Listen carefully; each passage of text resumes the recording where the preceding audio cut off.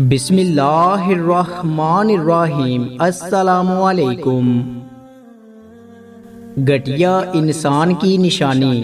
نبی کریم صلی اللہ علیہ وآلہ وسلم کا ارشاد ہے، آدمی کے گٹیا ہونے کے لیے یہی کافی ہے کہ وہ اپنے مسلمان بھائی کو حقیر اور کمتر سمجھے۔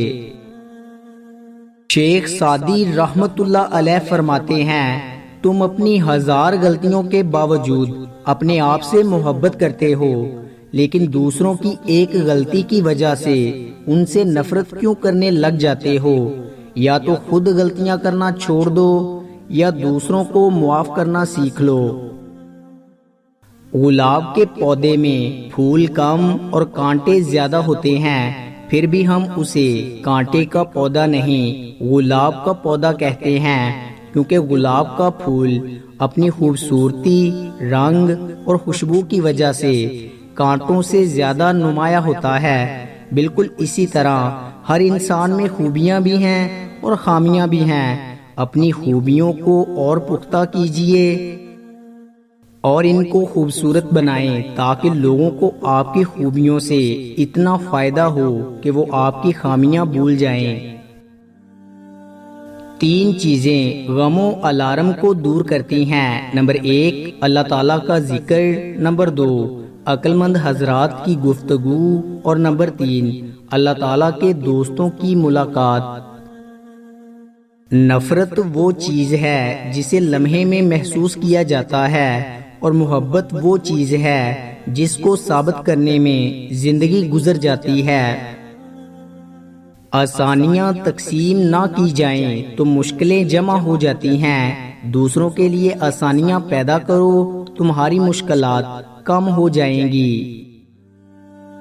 بے شک انسان فانی ہے، مگر اچھے کردار اور اچھے اخلاق والے لوگ ہمیشہ زندہ رہتے ہیں، دلوں میں بھی اور دعاؤں میں بھی۔ اللہ پاک فرماتا ہے، میرا ہو کر تو دیکھ، ہر کسی کو تیرا نہ بنا دوں تو کہنا۔ ہم اچھا ہونے یا اچھا بننے کے باوجود کسی نہ کسی کی کہانی میں برے ہوتے ہیں۔ سب سے بڑی سلطنت اپنے نفس کا حکمران ہونا ہے۔ زندگی ہمیشہ سیدھی نہیں چلتی، مشکلات ضرور پیش آتی ہے۔ کسی مشکل کا مطلب اختتام نہیں ہوتا، بلکہ یہ آغاز ہوتا ہے ایک نئی زندگی کا۔ بانو قدسیہ کہتی ہے، کسی رشتے کو کتنی بھی محبت سے باندھا جائے، لیکن اگر عزت اور لحاظ چلا جائے تو محبت بھی چلی جاتی ہے۔ اگر نماز کے وقت طواف کعبہ رک سکتا ہے تو تیرا کاروبار کیوں نہیں؟ سب کو معاف کر کے سویا کرو، زندگی کل کی محتاج نہیں۔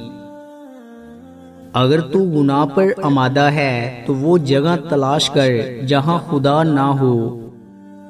ہر معذرت کرنے والا نہ خطاوار ہوتا ہے اور نہ کمزور، یہ صفت تو وفادار لوگوں میں پائی جاتی ہے۔ جو ملا وہ بہتر ہے اور جو نہیں ملا اس میں بہتری۔ دوست وہ ہے جو دوست کا ہاتھ پریشانی اور تنگی میں پکڑتا ہے۔ 5 حالتوں میں ہمیشہ خاموش رہیں۔ نمبر 1 جب آپ محسوس کریں کہ کوئی آپ کے الفاظ سے آپ کے احساس کو نہیں سمجھ سکتا تو اس وقت خاموش رہیں۔ نمبر 2 جب آپ نہیں جانتے کہ کیا کہنا ہے، آپ کو اپنے خیالات اور محسوس پہلوؤں کے بارے میں علم پر شک ہو تو اس وقت بھی خاموش رہیں۔ نمبر 3 جب کوئی دوسرے شخص پر تنقید کر رہا ہو تو آپ کو اس قسم کی منفیت کا حصہ بننے کی ضرورت نہیں، اس وقت بھی خاموش رہیں۔ نمبر 4 جب کوئی غصے اور نفرت میں چیختا ہے اور بڑبڑاتا ہے تو آپ خاموش رہنے سے اس شخص کو آرام دیتے ہیں۔ اور نمبر 5 جب کوئی دوسرا شخص جذباتی طور پر اپنی زندگی کے کچھ واقعات شیئر کر رہا ہو تو خاموش رہنے کی کوشش کریں۔